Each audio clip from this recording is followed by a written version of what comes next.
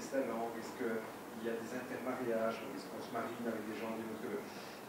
Moi, je pense qu'aujourd'hui, l'intégration, c'est un dispositif discursif et institutionnel d'assujettissement des personnes qui occupent les positions sociales et symboliques les plus faibles.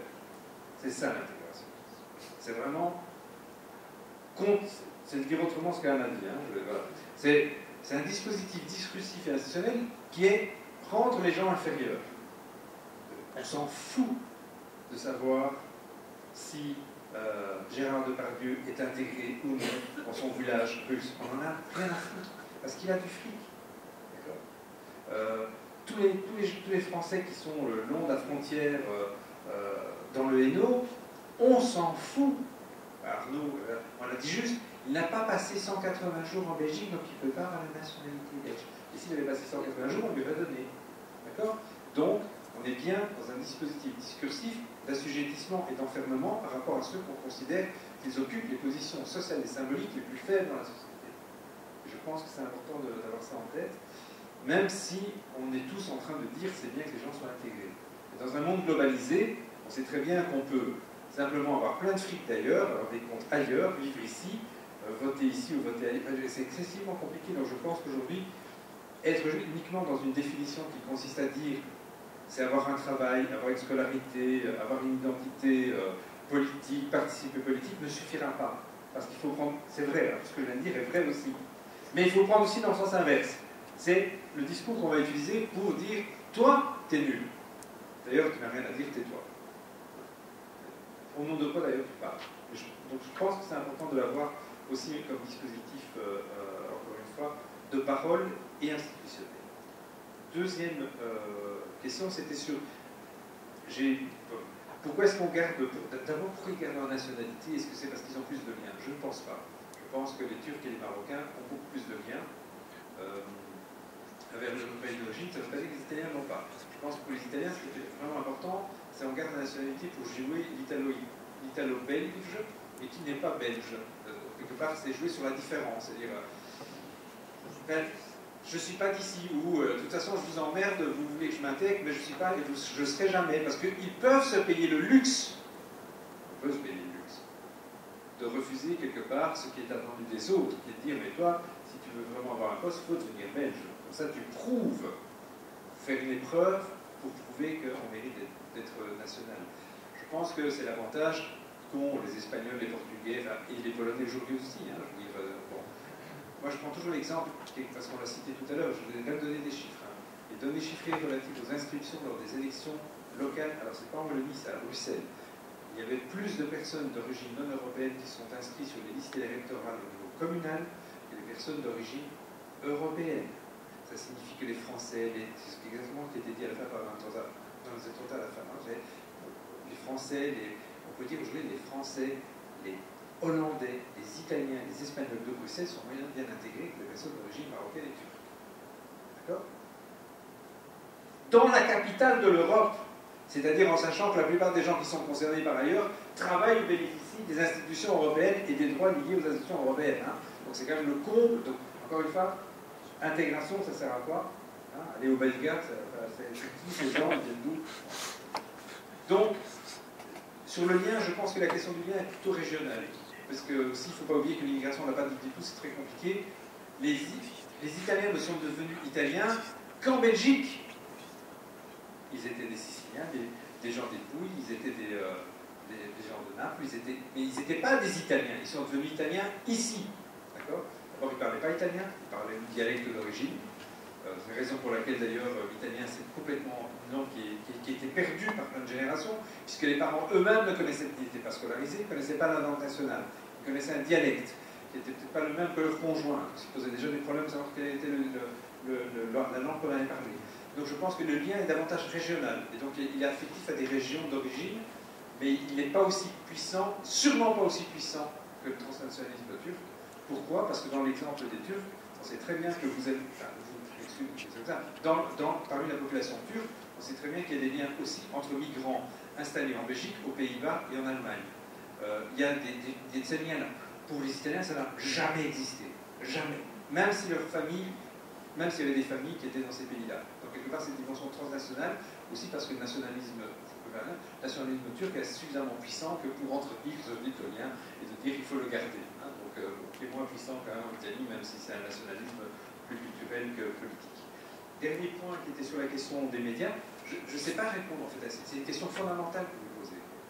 Mais c'est intéressant de voir que une population qui subit encore autant d'inégalités sociales, de discrimination indirecte, pour pas les discriminations, ne constitue pas un problème ni pour les médias, ni d'ailleurs pour le commun des mortels, parce que tout le monde va dire qu'ils sont bien intégrés.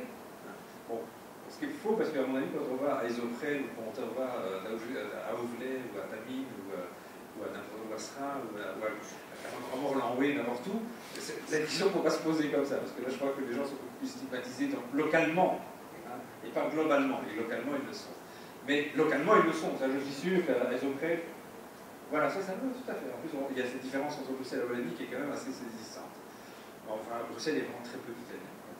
Mais ça, je crois que c'est important de bien. Ça participe de la même chose, c'est dire, mais ça, c'est pas un problème. S'ils sont en chômage, c'est un peu comme les Belges, c'est pas très grave. Tandis que les Marocains, les Turcs et les Congolais, ça, franchement, ça va pas du tout. Alors, les derniers qui arrivent, les Brésiliens, ça, c'est le pire. Hein, quand même, ça, c'est vraiment le pire. Parce qu'on va pas encore parler pour des tout derniers qui arrivent.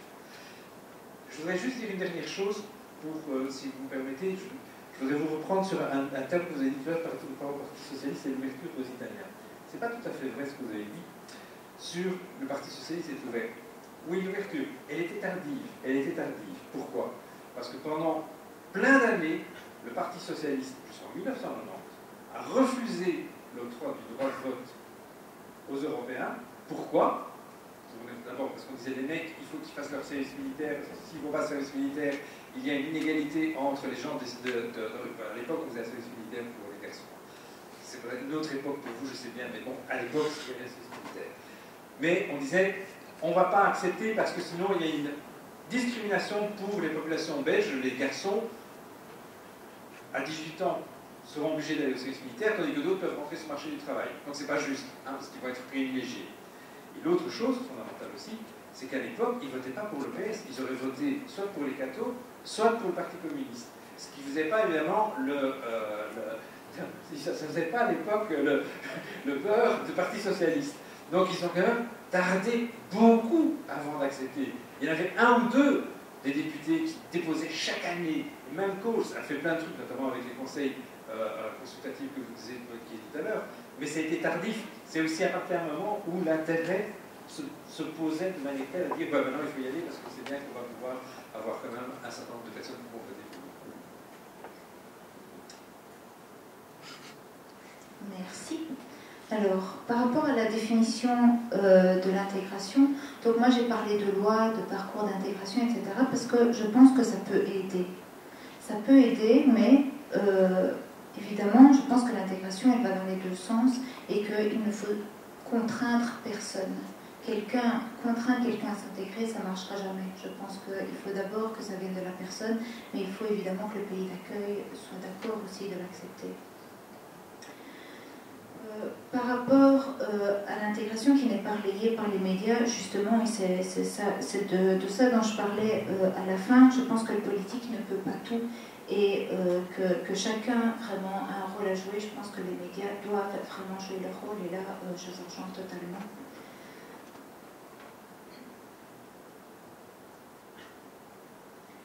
Et alors, par rapport évidemment à la question de Hamza, évidemment, je me sens très très belge. Je suis née en Belgique, je vis comme une Belge, alors là, complètement.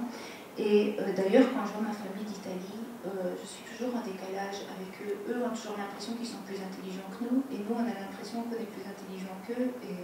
Et c'est vrai que je suis vraiment belge, je n'ai rien d'italien. Par contre, je suis très très fière du parcours, évidemment, de mes grands-parents, et je ne veux vraiment jamais oublier d'où je viens. Et donc, quand la communauté italienne, au sens positif, parce que quand on organise des événements, des repas, etc., c'est toujours les premiers, les Belges, hein, qui accourent à ce genre d'événements, parce qu'ils adorent ça. Et donc, j'adore évidemment quand la communauté organise des choses, mais c'est toujours dans le but d'y accueillir, c'est pas dans le but de rester entre Italiens, évidemment, c'est toujours dans le but d'y accueillir tout le monde. l'appellation communauté, ça n'a pas une connotation politique, plutôt, enfin, on va dire enfermante, parce que communauté, en fait, c'est un peu le modèle anglo-saxon, qui, on va dire, qui divise, mais pas au sens qui divise les populations immigrantes en matière de communauté. C'est comme on va en Angleterre. Alors que c'est pas le cas entre guillemets en France et en Belgique, c'est pas clair. Non, c'est des communautés qui s'intègrent, qui s'ouvrent. Non, je pense que, enfin, ouais, on peut parler population, étrangère. Enfin, moi, j'ai toujours utilisé ce terme, mais voilà, c'est pas parce que je suis dans mon monde italien en Belgique, au contraire, je suis plus belge que peut-être la plupart d'entre nous ici. Je suis vraiment belge.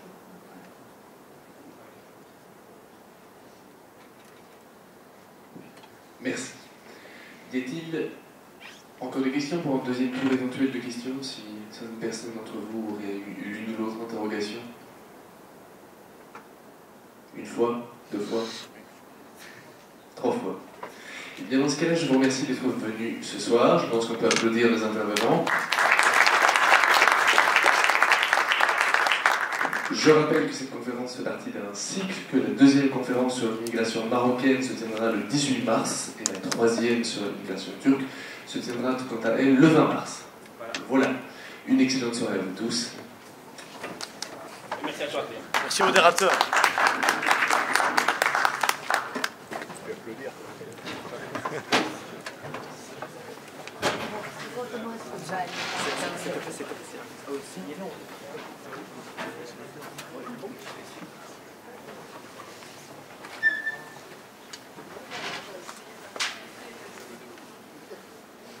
Tu sais pas si mon ordi en fait. Quoi? Mon ordi que j'ai laissé partir comme un début. En plus, on prend la caisse. Tu vois rien. Tu vois?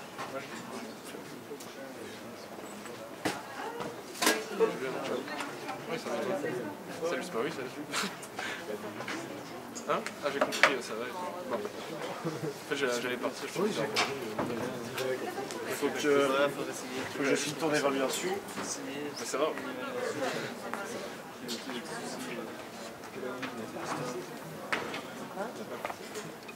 j'aime bien. Je trouve que Boris, je peux faire une remarque. c'est un rigolo quand même de dès le niveau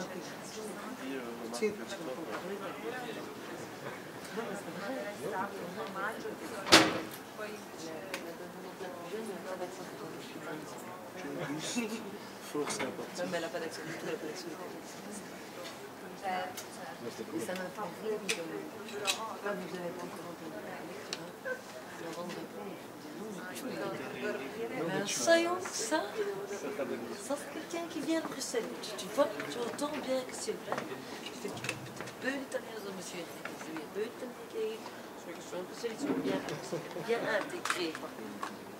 Peut-être un gros big up. Tous les Italiens, non mais tu vas faire un rôle italien quand t'es... Oui, sûrement. Tu vois que les autres trucs. Je vois, j'entends. Ça va? Parfois je me dis, ah ouais, c'est pas spécial. C'est les questions. Voilà. J'ai vu que t'étais très sympathique. Non, mais pas les questions, j'entendais pas l'accent. On va pas de soucis. Ah, tu vois pas l'accent? Allez, dis. Allez, dis. Génial, énorme.